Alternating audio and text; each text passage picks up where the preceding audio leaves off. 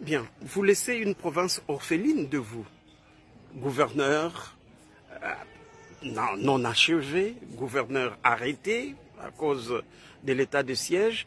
Et voilà, après vous, on réclame une gouvernance provinciale rotative selon les communautés, selon les ethnies, selon même les clans et les tribus. Qu'est-ce qui va advenir à votre absence? Il faut d'abord rappeler que nous sommes une république qui a des lois, qui est gérée par des règlements. Au-dessus de tout ça, c'est la Constitution.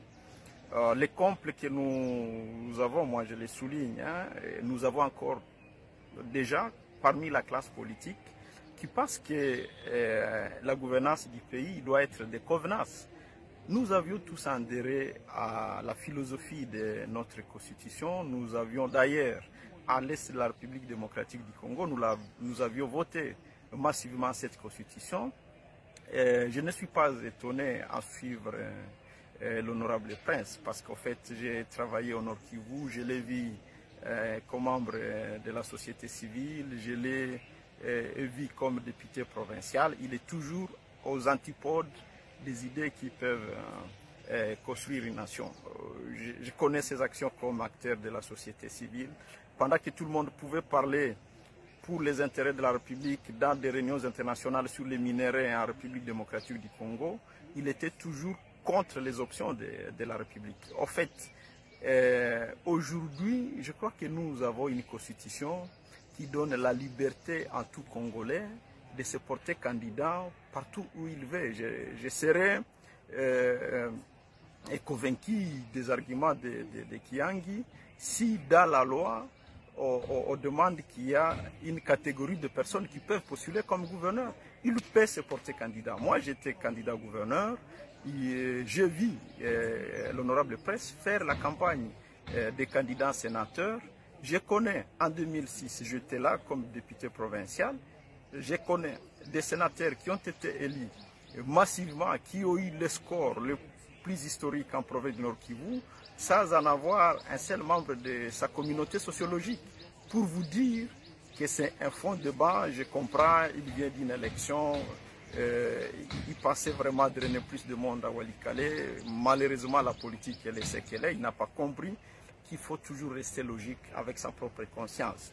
Je pense que le Nord Kivu a besoin plus de l'unité que des idées séparatistes. Nous savons comment les laboratoires de nos agresseurs travaillent.